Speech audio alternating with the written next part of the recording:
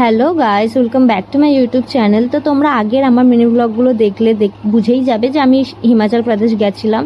তো তার কিছু মিনি ব্লগ আমি শেয়ার করেছিলাম। সিমলার ব্লগগুলো আমি দিয়ে দিয়েছি অলরেডি, তোমরা আমার চ্যানেলে গেলে দেখতেই পাবে। তো আমরা সিমলার থেকে তার পরের দিনের যে ডেস্টিনেশন ছিল সেটা হলো কুফরি। আমরা কুফরিতে গিয়েছিলাম। তো আমার খুবই একটা বাজে এক্সপিরিয়েন্স বলবো না ভালো এক্সপিরিয়েন্স বলবো আমি জানি না, বাট হ্যাঁ ভালো ছিল এটা।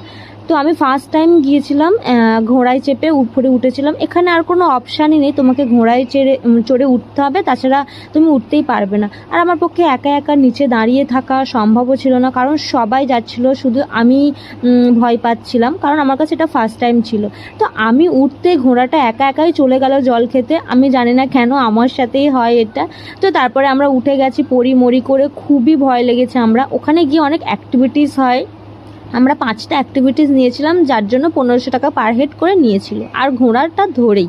তো আমরা গিয়ে ওখানে জিপ লাইনিং করেছিলাম, আরও অনেক কিছু অ্যাক্টিভিটিস করেছিলাম, সেগুলো আমার মিনি ব্লগে তোমরা দেখতেই পাবে।